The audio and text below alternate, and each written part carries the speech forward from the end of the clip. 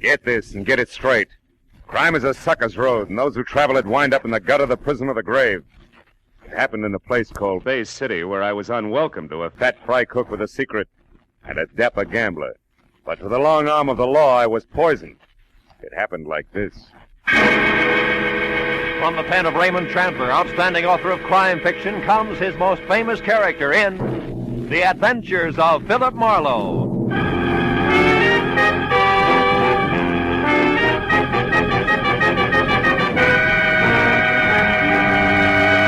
Now, with Gerald Moore starred as Philip Marlowe, we bring you tonight's exciting story, The Long Arm.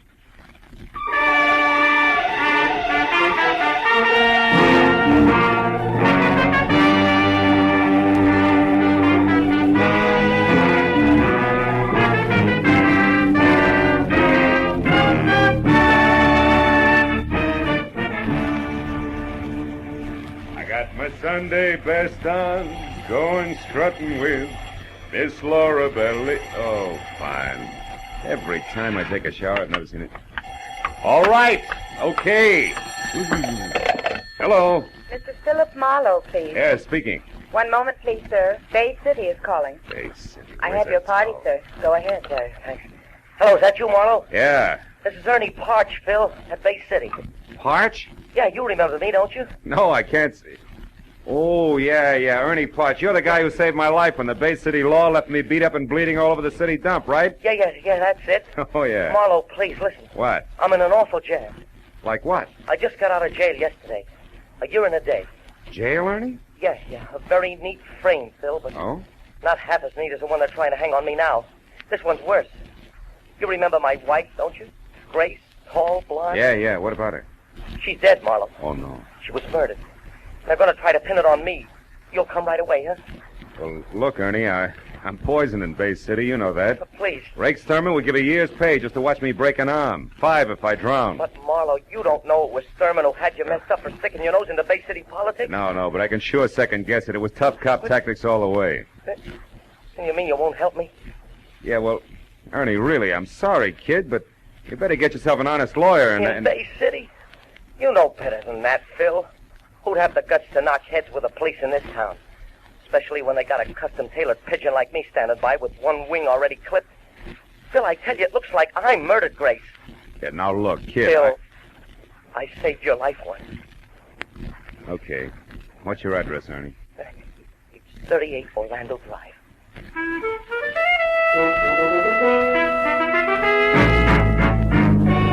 Bay City was a snug seacoast town some 20 miles southwest of L.A. and about twice that distance from being on the up and up. Its string of gambling houses were politely winked at by some elements of the law, and its gamblers in turn politely winked back, while the folding money passed from sucker to slicker to crooked cop.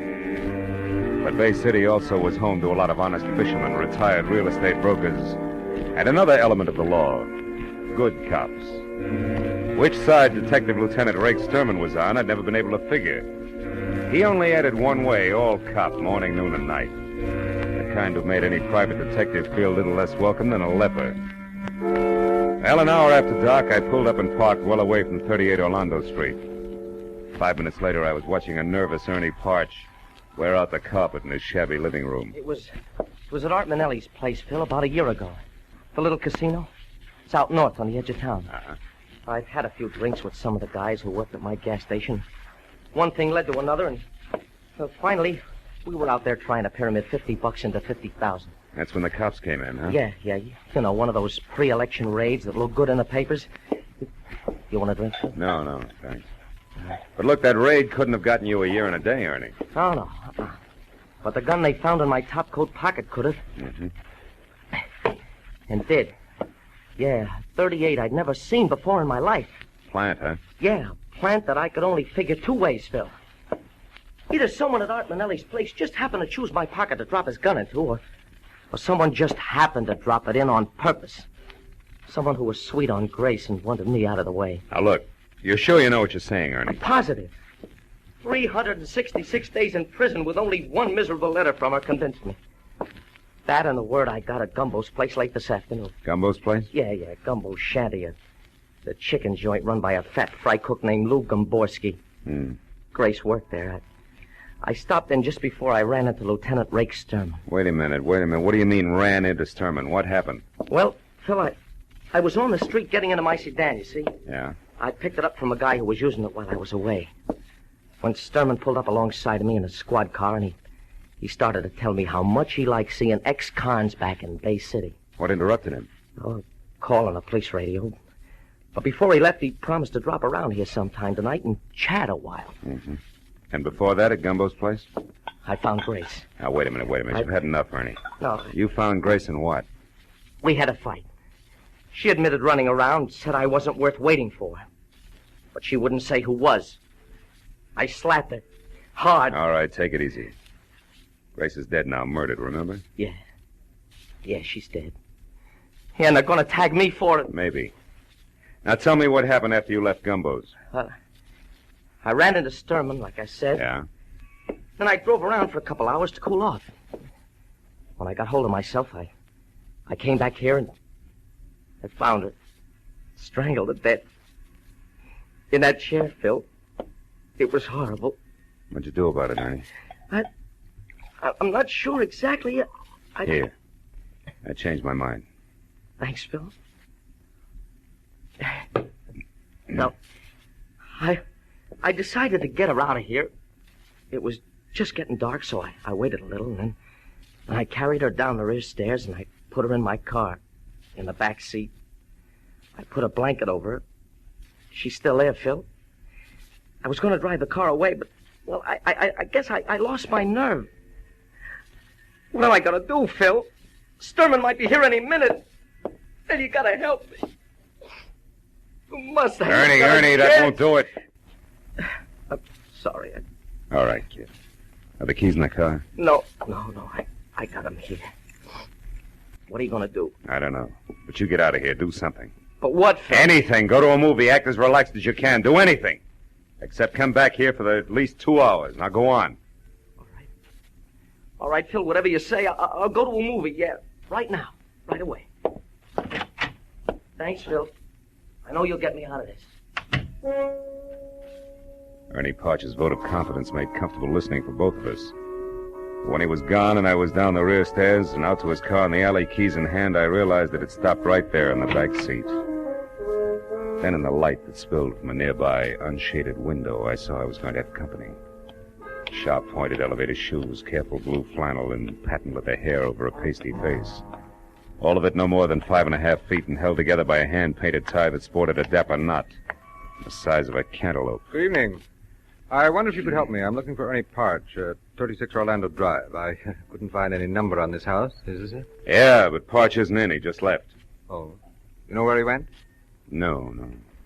It's all right, Cautious. I only want to talk to him. My name is Art Manelli. I'm a friend of his. An acquaintance. You? The same, yeah. He went to a movie, Mr. Manelli. I saw the picture, so I'm going home, back to San Diego. I live there. Oh, good. San Diego means US 101 to the south, and right past my next stop. I came in a cab, or don't those keys in your hand there say that you're leaving? I mean, I don't want to appear presumptuous. Or wait for a taxi. Or wait for a taxi. Shall I get in, or do you want to slide over to the driver's seat from here? I want to slide, if that's all right with you. Perfectly. Tell me, Mr. Cruishutter. Mr. Cruishutter. Yeah. You had business with Ernie? Personal business. You, Mr. Manelli? Yes, I wanted to see Ernie about a good location I have in mind for a new gas station. You know about such things? No, and I don't think you do either, Manelli. Unless, of course, the pumps can be converted into roulette wheels. Oh, you know who I am, eh? Yeah. I also know it's a little strange for you to show up at Ernie's place the day after he gets out of the state pen for a frame that took place at your little casino. What are you getting at, Mr. Cruishutter? An outside chance that you yourself were responsible for that frame? That you're anxious to see what, if anything, Ernie intends to do about it? The light's red, Cruishutter. No fooling. Now tell me, why would I want to frame Ernie Parch? I don't know. Could be, Manelli, that you did it accidentally, a little gun hidden in a big hurry. Or it could be you had a tighter reason, huh? Like what? Like Grace Parch, very pretty girl. You're out of your mind. Yeah, sure I am, Manelli. Just plain nuts. So why don't you get out here Get yourself a nice, sane taxi cab. It'll be safer. All right. Just as you say. Hey, mister, me and my pal need a lift going toward the highway. Sure he is. Aye, well, come on, Norm. We'll ride in the back seat. No, I got stuff in there. Close that door and beat it. Oh, okay, Happy. Thanks a lot. Stop, Mr. Crusoe. What kind of stuff? Rum, Manelli. I'm a bootlegger who never got the word, believe me. Oh, but I do. The light green, Mr. Crusoe. So long.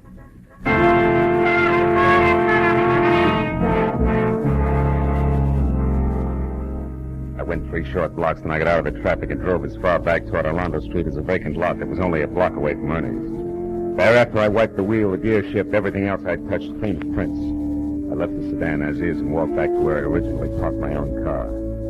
Behind the wheel of my coupe, I spent the next 20 minutes finding Gumbo's shanty, where Grace Barwood and Daddy Longlegs, standing knee-deep in the Pacific Ocean, encircled at the waist by an imitation ship's deck for summertime outdoor eating.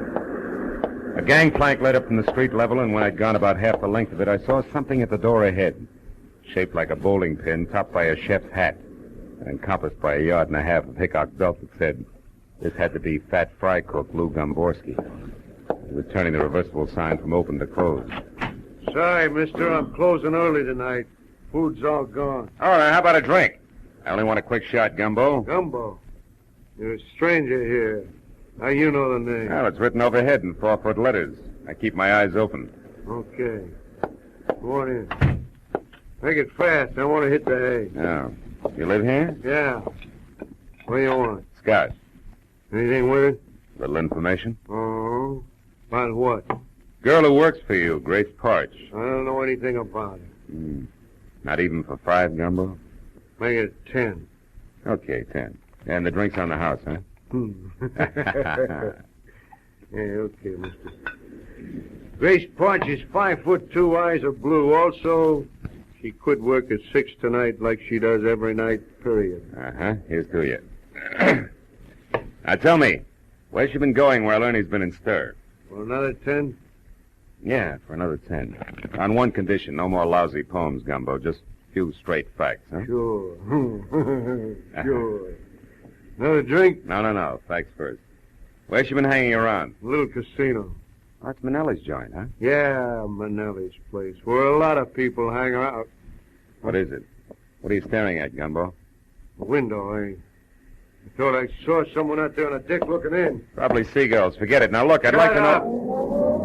Sure, it is someone getting away in a car. Oh, any idea who it was? Huh? I said any I idea... heard you.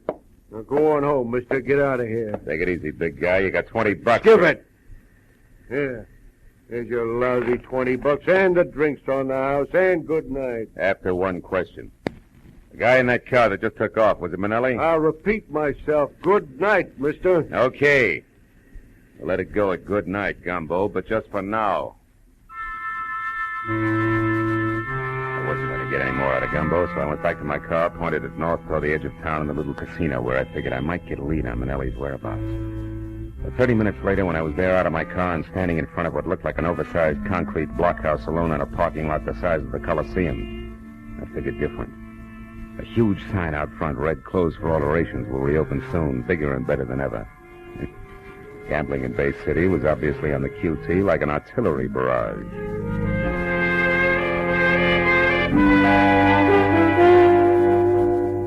By the time I got back to 38 Orlando Street, nearly 3 hours had gone by since I'd last seen Ernie.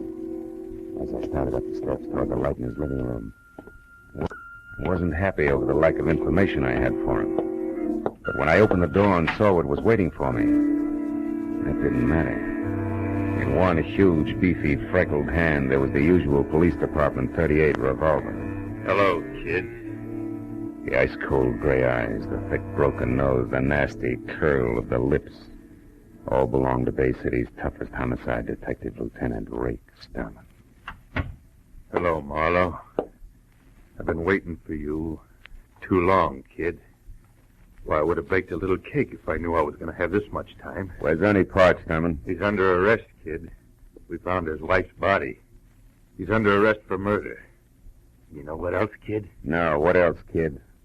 So are you.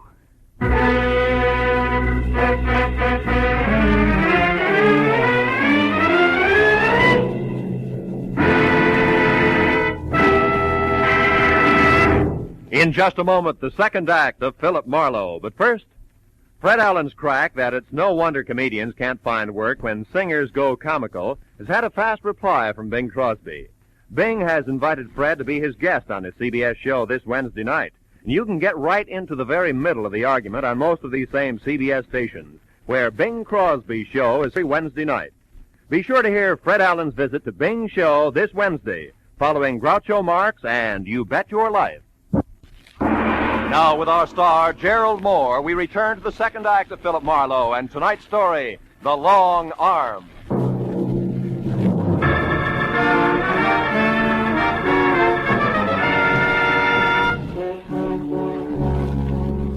As Lieutenant Sturman moved toward me, he curled the thick fingers of his left hand into a fist. I braced myself, but the blow never came.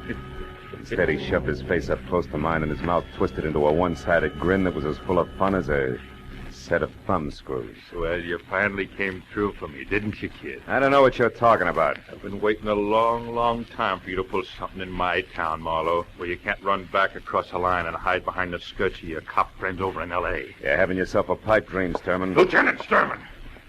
And don't forget it. Real sorry, officer. Now, do you mind explaining what this is all about? It's one of my rights as a citizen, you know, even in Bay City. As far as I'm concerned, killers ain't got any rights. Now tell me you had nothing to do with Grace Parch's murder, so I can tell you why you're a stinking liar, private detective. I suppose private detectives have no rights either, huh? None. Ah. We found the girl's body in a car parked at a vacant lot, and somebody overlooked a couple of fingerprints, which I'm going to match up with yours, Marlowe. How come you're so sure? Because we pulled Ernie Parch out of the movies 5 minutes after we found his wife. And jailbirds sing in Bay City, Marlowe. We don't horse around with them. Come on, let's go. Wait a minute. Boy, you pushed too far on the wrong track. There's an angle here you ought to know about. There's always an angle with you, ain't there, bright boy? Yeah, but you're going to like this one. First, in that car you're so proud of, you're going to find prints from one Art Manelli. Gambler? That's right. One who stays in operation when everybody else in Bay City is closed up. You better find out whose toes you're stepping on down at City Hall before you start. We got problems in our town, Peter, but that's not one of them. Now, if you got something intelligent to offer, spill it. Without wisecracks. All right. Ernie Parch was framed a year ago in Manelli's joint. No doubt on Manelli's orders. Why? Because Grace Parch was a pretty girl with the end for gamblers, that's why. All the time Ernie was in the cooler, she was running down to Manelli's place, and I got a witness to prove it. It also makes her the kind of little cheat tramp that gets out of hand. Go on, detective! Manelli showed up here tonight, with no satisfactory reason for it. What's more, you warned Ernie Parch just this afternoon that you were keeping an eye on him. Even if he wanted to kill his wife, he's not stupid enough to have done it tonight. But from Manelli's standpoint, it was a perfect time, you see, because you guys would go for it just exactly as you have. So you think we're stupid? Detective! Now, look. I know you got no use for me, Stone. But you're a cop after all. And as long as somebody's got to take a rap, it might as well be the right guy. You know what, sweetheart? What? Your fairy story makes average listening. Just average, nothing else. Now get going!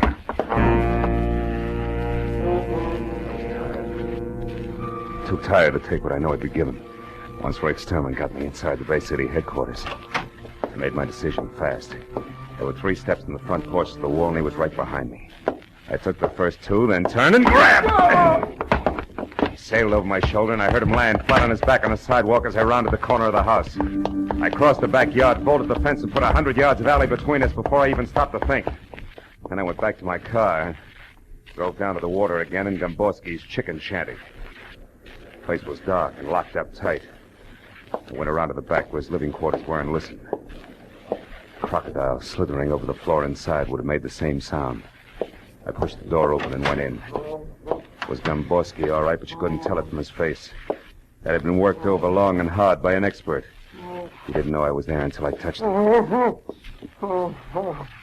Get away. Come on, get out of here. Who gave you the beating, Gumbo? Lay off, will you, please?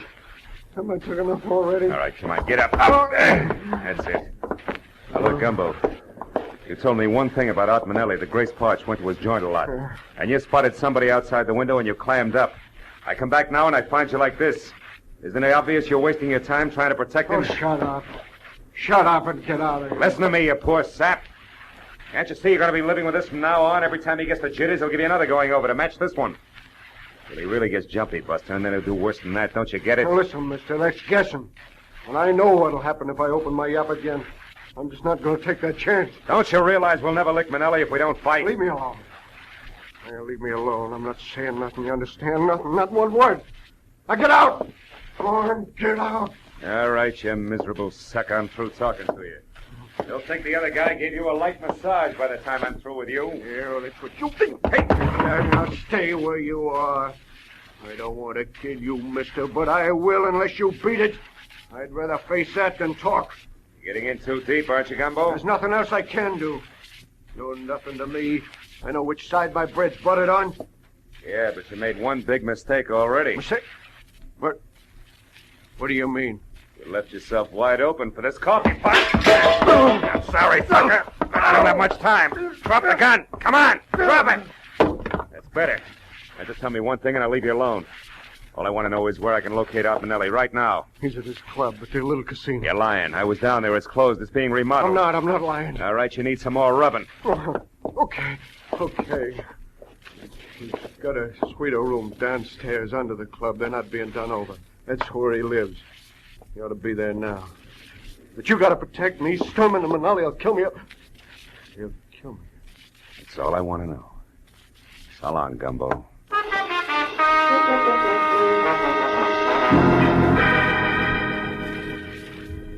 At the first phone booth I came to, I stopped, looked up a Bay City number, and made a call, which took 5 minutes. Then I went on to the little casino. I parked on a side street, then went down the ramp to the underground garage in the rear. There was a door between two ornate bronze urns, Alibaba size, and I started toward it. But on a hunch, I stopped and studied the decoration on one of the urns. I finally found it. A small hole in the side. I took my handkerchief out and stuffed it into the hole. From somewhere inside the apartment, I heard a chime ring. I got my gun out, then tried the door, and it opened. Into a long, lush hallway draped at the far end with a heavy gold curtain. I waded through a green carpet deep enough to mow, up to the curtain and pulled it aside. Manelli sat at a wide, glossy desk, methodically filing his nails. His eyes staring straight at me. You got this far. Come on in. Don't tell me you're all alone here, Manelli. No, I got 500 dancing girls, smart guy. What's on your mind? You act like you were expecting me. I knew somebody was coming. There's an electric eye on those brass jugs over the door. Anybody passes, it rings that chime there. Satisfied? Now what's with the gun? Put it away. In a minute, maybe. Seen Lieutenant Sturman tonight? Why? Should I? You've been rubbing elbows with homicide. But I didn't kill anybody. No, I guess you didn't. But I've got a good idea who did. Ernie Parch, of course. No chance. It was your business partner, Lieutenant Rake Sturman himself, and 5 will get you 10. He's got big news for you. Yeah? Hey, Rake. Steady, Marlowe. Don't move. Well, look what crawled out of the woodwork. I'll get his gun, Rake. Sit down, Manelli. I'll take it myself. Yeah, that's better. Now, don't budge, either one of you. Wait a minute, what is this? Shut up. You said you killed Grace Parch, but you were in love with her. We used to meet her right here in this room. Yeah, that was before she found out a couple of things and began to put the pressure on me. We got in a beef today, and I lost my head. Now, shut up. Okay, Marlowe. Let's have it. How'd you dope it? How? Gamborski took a beating tonight just because he mentioned Manelli here. With a little more pressure, he mentioned someone else. You, Sturman. And why would you shut Gamborski up about Manelli unless you and Manelli were connected? That connection was all I needed. Uh-huh. Right on the button, sweetheart. For all the good it'll do you. Listen, I don't get this. I don't understand. You don't have to anymore. You're through. What are you saying, Rake? You know too much about me, Manelli. You know it all. Now, wait, you can't do this? Yes, I can. In fact, Marlowe here gave me the idea. He even worked out all the motives. So it's easy. I came here to arrest you for Grace Parch's murder. You resisted, and I had to shoot you. Ain't that a shame? But about this Ernie Parch. I intended to hang it on to him, Manelli, but he's nothing to me. I don't care if he lives or dies. But you're getting too big for your britches anyway.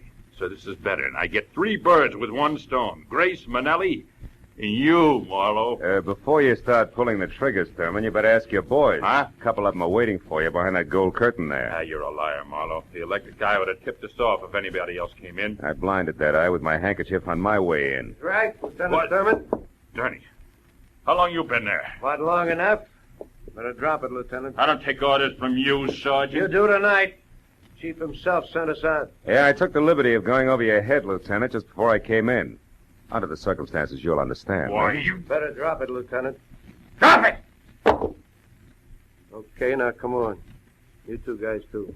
Come along quietly. Sure. Always glad to ride with old Rakes Thurman any time at all. Just as long as there's a couple of policemen in the same car.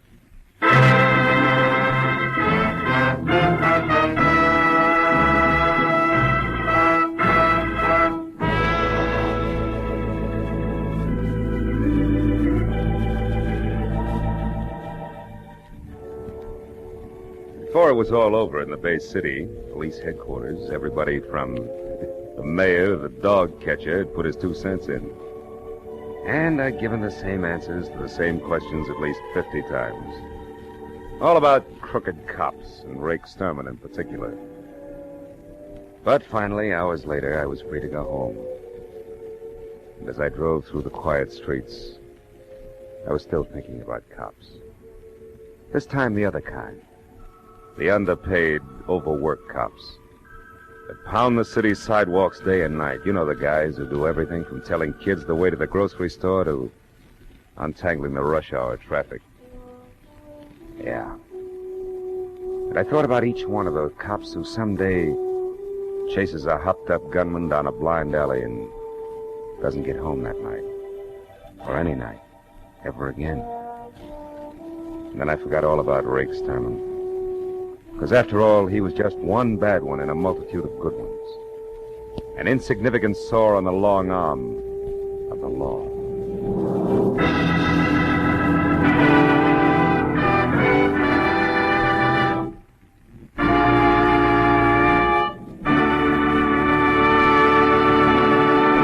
The Adventures of Philip Marlowe, bringing you Raymond Chandler's most famous character, star Gerald Moore, are produced and directed by Norman MacDonald, and are written for radio by Robert Mitchell and Gene Levitt. Featured in the cast were Barney Phillips, Ted Osborne, Sidney Miller, Tom Tully, and Bert Holland. The special music is composed and conducted by Richard Arant. Be sure and be with us again next week when Philip Marlowe says... It could have been perfect. Snowbound in a mountain lodge with a girl who was falling in love. But also present were a widow sick with rage, a bitter old woman, and a jealous man. All with reason to hate me more than anyone else in the world.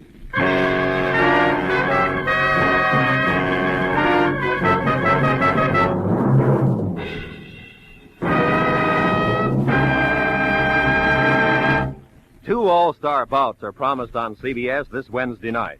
Bing Crosby faces Fred Allen across the CBS mic to battle it out on who's funnier, singers or comedians.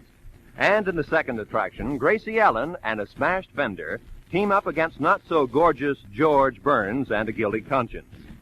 This Wednesday also brings you Groucho Marx, his ad-libs, and his teams of opposites on You Bet Your Life, and a Dr. Christian story about two redheads in love. Fun, action, variety, they're all yours with Dr. Christian, Groucho Marx, Bing Crosby and Fred Allen, and George and Gracie on most of these same CBS stations this Wednesday night. This is Roy Rowan speaking.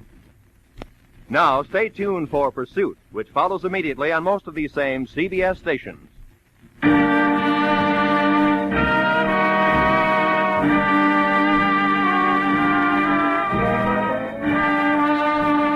This is CBS, where Wednesday night is Bing Crosby night, the Columbia Broadcasting System.